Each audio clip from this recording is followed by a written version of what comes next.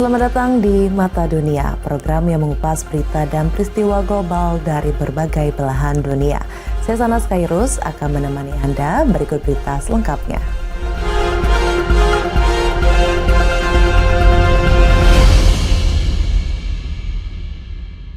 Informasi pertama, wacana menghilangkan koin 1 sen alias penny menuai pro dan kontra. Banyak proposal telah dilontarkan mengingat harga produksi uang logam 1 sen ini sangat melebihi nilai nominalnya sebagai pecahan terkecil dolar Australia. Lewat akunnya di media sosial Truth Social, Presiden Donald Trump mengatakan telah memerintahkan Departemen Keuangan Amerika Serikat untuk mengakhiri pembuatan uang kepingan 1 sen yang dikenal di Amerika sebagai penny. Alasannya untuk efisiensi anggaran. The cost of producing the penny itself is about 3.9 cents or just about 4 cents, which means that for every penny that the United States government prints, we're actually losing money. So it's a net cost to the federal government. This is what President Trump wants to eliminate. He wants to implement cost savings to the government by eliminating the penny from circulation. Akibat inflasi, nilai 1 sen menjadi semakin tak bermakna. Selain itu, pola belanja warga terus bergeser. We rely less and less on cash as now we're moving to a cashless society. People use credit cards and debit cards and so on. So the penny is actually not being used as much because we've moved away from cash. So it doesn't make as much sense to keep the penny around if it's not really serving a function. Proposal mengakhiri pembuatan uang logam 1 sen menuai beragam respons. Ada yang setuju karena jarang menggunakan pecahan 1 sen, ada juga yang keberatan. It's not necessary we need a change for work. Quarters and pennies, everything. Since there are tax we have to include, most of the price usually winds up with let's say 106 or 107, and then we have to deal with the pennies. Ada kekhawatiran penghilangan uang pecahan 1 sen bisa memperparah inflasi. There's many prices that are listed out there that are $1.99 or end with 99 cents. These prices will now be rounded up to the nearest dollar, which means that most customers will end up paying 1 penny more than they were before, which in effect raises prices for consumers. Prices are hardly ever rounded down. Pengamat juga mencermati bakal ada dampak lain. Another interesting cost is that this increases the demand for the nickel, and the nickel actually costs a lot more to produce than the penny. It's almost 14 cents per nickel produced. So as we increase our reliance on nickels, because they're going to be the smallest unit, it actually is going to increase costs for the government. So it's really not clear how much cost savings the government will realize by eliminating the penny. Koin 1 sen di Amerika Serikat dibuat dari bahan seng dicampur dengan tembaga dan sempat ada wacana untuk mengganti bahan bakunya agar bisa lebih ekonomis. Tapi wacana ini belum ada tindak lanjutnya. Sementara itu Amerika Serikat bisa belajar dari pengalaman negara-negara lain yang telah lebih dulu menghilangkan uang pecahan 1 sennya, termasuk Australia, Kanada, dan juga Selandia Baru. Dari Washington DC, saya Nova Purwadi dan tim VOA. Sejalan dengan ajaran agama Islam untuk hidup harmonis dengan alam dan menjaga bumi, gerakan ramah lingkungan semakin diterapkan dalam kehidupan beragama sehari-hari. Beberapa inisiatif hijau ternyata pelaksanaannya cukup sederhana dan mudah, namun berdampak besar bagi lingkungan. Karena tidak terasa ya setiap kita ada acara pengajian, kita tadinya tuh sampah kita mungkin bisa 3 kali kantong sampah gitu ya, karena penuh dengan sampah-sampah dari makanan, minuman. Keinginan untuk melakukan perubahan positif membuat kelompok pengajian Rumaisa menerapkan gerakan ramah lingkungan dalam kegiatan mereka yang disambut baik anggota pengajian yang sudah berjalan selama 10 tahun. Seperti hari ini dengan kegiatan khataman Quran di rumah Dwi Revilia Rosa di Rockville, Maryland. Teman-teman membawa tumbler air minum ya ke pengajian, dan kami juga menyiapkan alat-alat yang untuk makan dan minum itu yang bisa kami gunakan terus-menerus. Saat berkumpul, mereka juga membawa kontainer makanan sendiri untuk sisa makanan yang mau dibawa pulang agar tidak terbuang. Fitri Hastuti yang baru setahun bergabung dengan pengajian diaspora Indonesia ini merasa puas dapat menerapkan prinsip-prinsip hijau. Lalu botol-botol plastiknya juga kadang-kadang ada sisa air minumnya seperti itu. Jadi kalau sudah bisa melakukan hal yang minim, mudah-mudahan bisa berdampak lebih besar lagi. Menjalankan inisiatif hijau menurut Deria Pratiwi, Ustazah Komunitas Muslim Indonesia di Washington DC area, adalah salah satu kewajiban umat manusia. Sebenarnya di dalam Al-Quran itu Mbak, Allah sudah mengokohkan, ada di dalam surah Al-Baqarah ayat 30. Wa idh qala rabbuka lil malaikati inni ja'ilun fil ardi khalifah. Jadi memang Allah itu menciptakan kita manusia di muka bumi untuk menjadi khalifah. Khalifah itu kan pemimpin. Banyak sunnah juga mengajarkan untuk hidup ramah dengan lingkungan. Demikian disampaikan Nana Firman, kandidat doktor studi antar agama dengan fokus agama dan lingkungan dari Chicago Theological Seminary saat ditemui di Masjid At-Thohir, Los Angeles. Jadi sunnah dari Rasulullah SAW itu banyak sekali yang tentang gaya hidup hijau. Kayak berwudu kan kita pakai air ya. Beliau tuh nggak suka gitu kayak mubazir ya, israf, berlebih-lebihan. Kalau untuk berwudu aja yang yang merupakan ritual agama, kita nggak boleh buang-buangin air gitu ya. Bagaimana dengan hal-hal yang lain? Sejalan dengan ajaran agama, hidup harmonis dengan alam dan menjaga bumi seharusnya tak sulit dilakukan. 3H ya, 3H. Jadi heart, head, and hands. Jadi kalau manusia itu kita sentuh dulu hatinya. Setelah dia heartnya tersentuh hatinya, baru kita kasih informasi kenapa kita harus begini. Baru semua tekniknya. Kemudian hands itu adalah bagaimana gitu melakukannya. Jadi ada actionnya. Nana Firman menambahkan, mulailah dengan memilih satu hal yang dapat dilakukan secara konsisten bersama teman agar dapat saling mengingatkan. Ada program ini tukeran hijab. Karena kan kita perempuan kadang-kadang bosen ya bajunya itu terus, tapi mau dikemanain gitu. Sementara pengajian Rumaisa berharap inisiatif mereka akan diikuti oleh kelompok pengajian dari komunitas lain. Kita sebagai seorang muslim harus memberi contoh yang baik ya, karena dengan kebaikan yang kita lakukan, insya Allah pastinya akan memberikan dampak yang baik untuk orang-orang di sekitar kita. Dari Rockville, Maryland, dan Los Angeles, California, tim VOA. Informasi berita lainnya akan kami sajikan usai jeda berikut ini. Tetap saksikan Mata Dunia.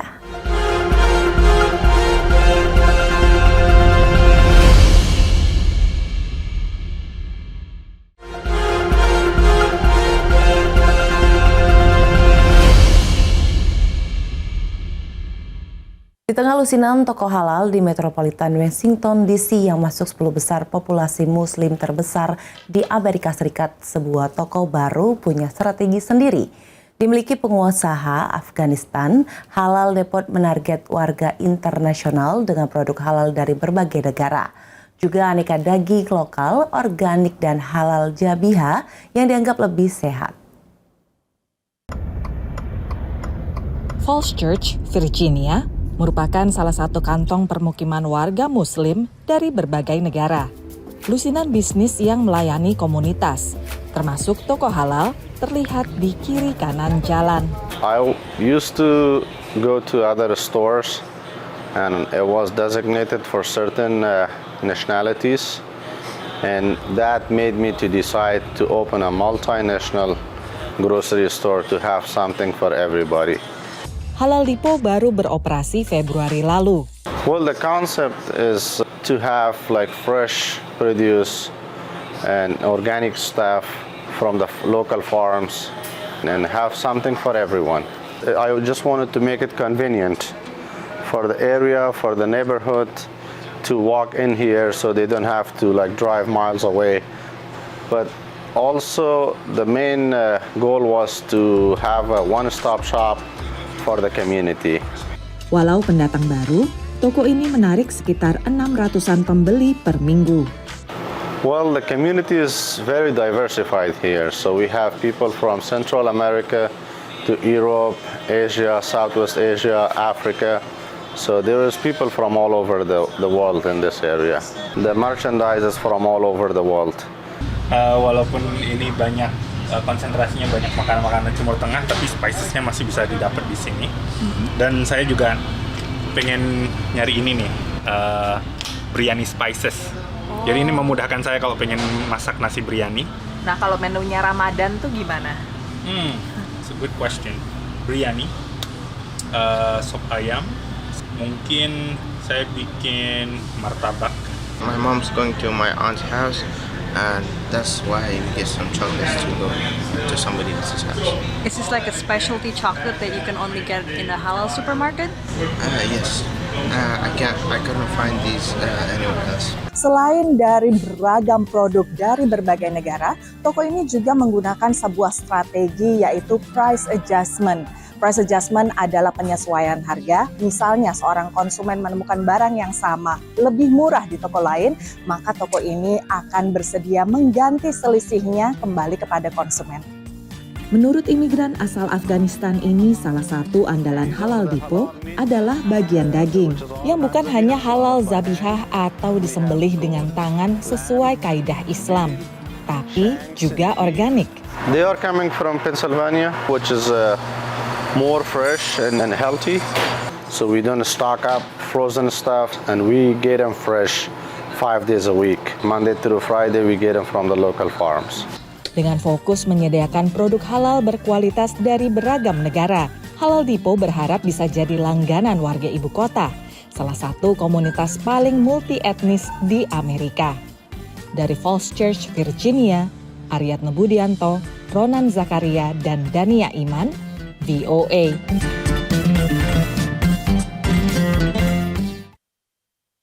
California menjadi pasar kendaraan listrik terbesar di Amerika Serikat dengan 1,7 juta lebih mobil listrik berada di negara bagian ini.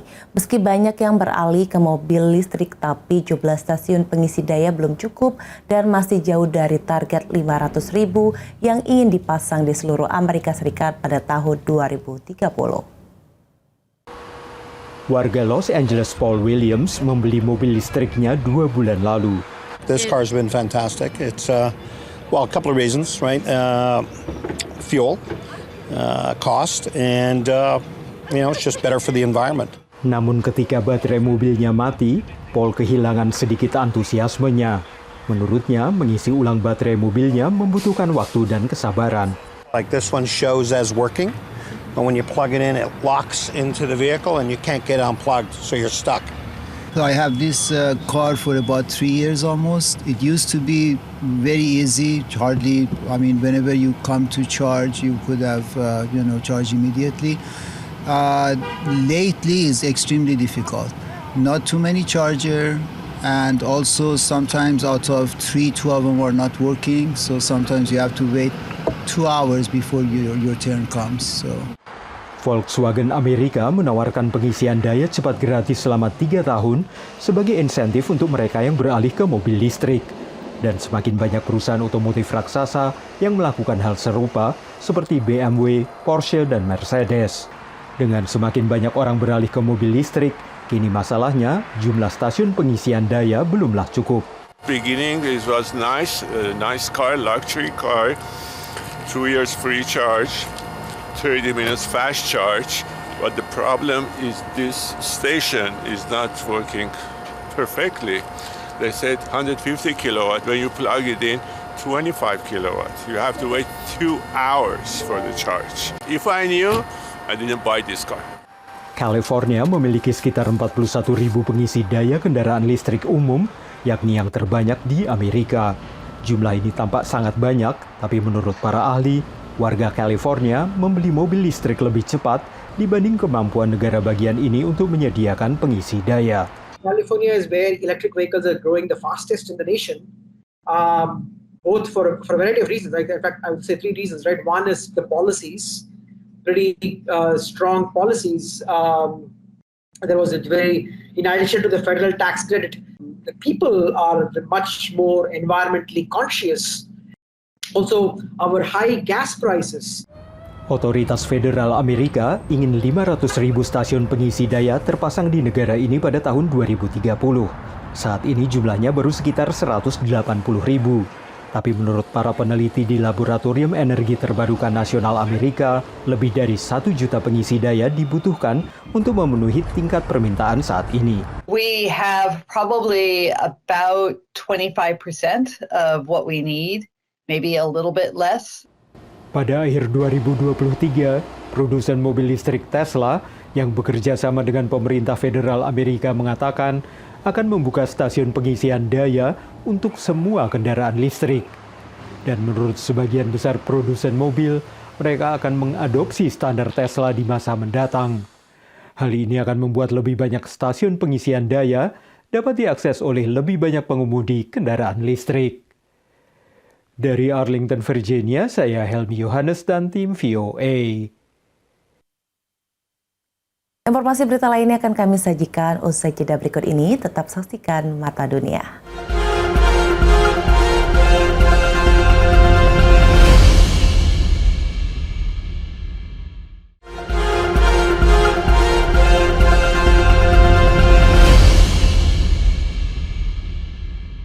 Dengan keterbatasan tubuh yang pendek, Rosita Batipste berhasil meraih pangkat Letnan Kolonel di Angkatan Darat Amerika Serikat. Selama menjadi anggota militer Amerika, berbagai pengalaman menarik dan traumatis di dalamnya. Salah satunya adalah saat peluru hanya meleset sedikit saja dari kepalanya. Saya tuh sempat ke titik 70% PTSD-nya, jadi sudah parah. Tapi saya terus ketemu dokter, ngomong-ngomong sama dokter gimana caranya, dan itu iman kita ya sebagai orang beragama, kita ngomong sama Tuhan kita gimana caranya supaya saya nggak mimpi buruk lagi. Mengalami PTSD, Post Traumatic Stress Disorder, atau kondisi kesehatan mental yang muncul setelah mengalami atau menyaksikan kejadian traumatis, adalah pengalaman membekas bagi Letnan Kolonel Rosita Arwan Orchid Baptiste. Nyaris terkena peluru nyasar saat ditempatkan di Baghdad, Irak, Rosi, demikian ia biasa disapa, adalah perwira militer AS. Kalau ngelihat angle-nya, kalau ngelihat sudutnya, semuanya memang harusnya kepala saya yang kena. Diaspora Indonesia lulusan Fakultas Hukum Universitas Sumatera Utara ini pindah ke South Carolina tahun 2000 karena menikah dengan pria warga AS. Pertama kali saya kerja harus bersihin restroom, saya nangis. Setelah beberapa bulan bekerja menjadi kasir di restoran cepat saji dan tos serba, Rosi mencoba melamar ke Angkatan Darat AS. Nggak mungkin lah, masa punya gelar sarjana hukum, kerjanya begini-begini aja, ya kan? So saya kepikiran, suami saya kebetulan dia juga dulu di Angkatan Darat Amerika. Dia bilang, kenapa kamu nggak gabung ke Army aja? Mereka nggak bakal tanya udah punya pengalaman kerja apa belum. Gagal ujian tertulis pertama tak membuat Rosi patah semangat. Ia belajar keras mengikuti ujian kedua dan lulus, demikian juga dengan ujian fisik. Tapi karena saya bukan warga negara Amerika, saya hanya boleh memilih beberapa jenis pekerjaan. Jadi pilihan yang mereka kasih cuma jadi supir, montir, tukang masak, dan saya pilihnya montir, mekanik. Maka Rosi pun masuk sekolah mekanik di Fort Jackson, South Carolina. Lulus di usia 34 tahun dengan latar belakang sarjana hukumnya, ia langsung memperoleh pangkat Enlisted 4 atau Specialist setara dengan kopral. Sebagai mekanik, Rosi sempat dikirim ke pangkalan militer AS di Jerman selama 4 tahun, juga ke Kuwait dan Irak tahun 2005. Ketika di Indonesia saya nggak bisa gabung angkatan karena saya pendek. Ada juga dulu keinginan pengen jadi polwan, tapi kan nggak mungkin jadi polwan kecil begini. Orang kecil kayak saya tuh berjuangnya 10 kali lipat lebih besar loh pada orang lain. Tingginya yang hanya 149 cm tak menghalangi Rosi untuk berkarir. Setelah menjadi warga negara AS, ia melanjutkan sekolah perwira dan lulus menjadi Letnan 2 hingga kini berpangkat Letnan Kolonel. Yeah, I think what she's accomplished is amazing. Again, to be a female, a minority female at her rank is a great accomplishment, and she's also a great leader. I think that what she's doing to represent her country is amazing, and again, achieving that rank even in the United States Armed Forces is is, something to be recognized. So it's very admirable. Rosi yang kerap memperkenalkan Indonesia di tempat kerjanya berharap dapat berpartisipasi dalam latihan militer antara AS dan Indonesia. Kalau masalah hati ya, lahir dan besar di Indonesia, itu tetap kita cinta Indonesia. Cintanya tuh nggak bakal bisa lah lupa. Makanan Indonesia, oh my gosh, it's the best. Dari San Antonio, Texas, tim VOA.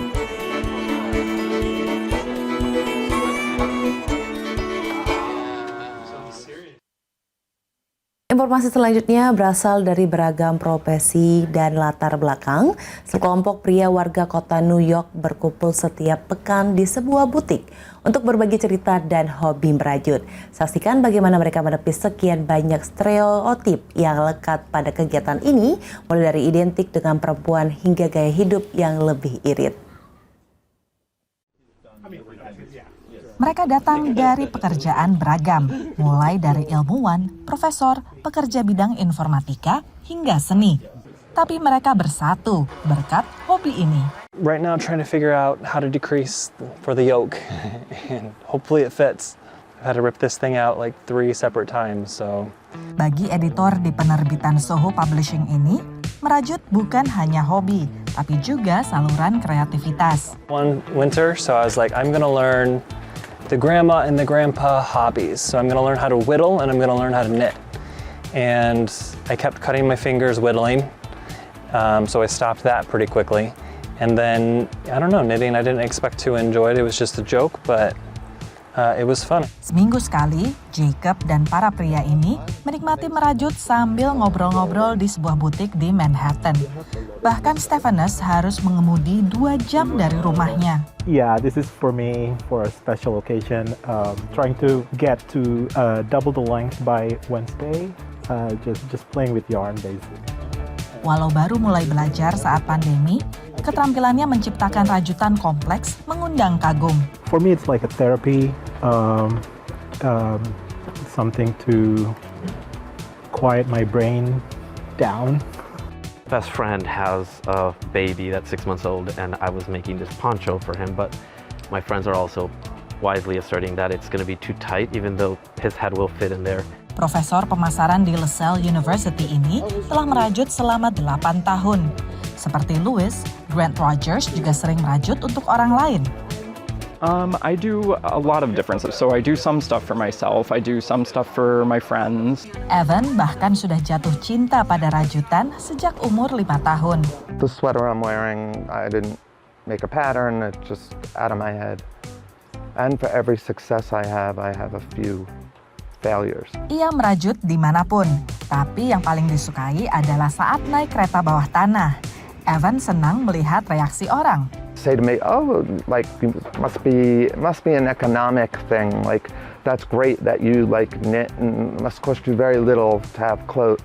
And I'm like, no, knitting is the most expensive hobby. Karena seperti terlihat di tas-tas mereka, isinya penuh benang berkilo-kilometer, lusinan jarum rajut, dan majalah-majalah merajut lengkap dengan pola. Dari kota New York, VOA. Baik pemirsa, demikian Mata Dunia kali ini. Saksikan informasi lainnya di Berita Nasional TV. Saya Sanas Kairus beserta kru yang bertugas pamit undur diri. Terima kasih dan sampai jumpa.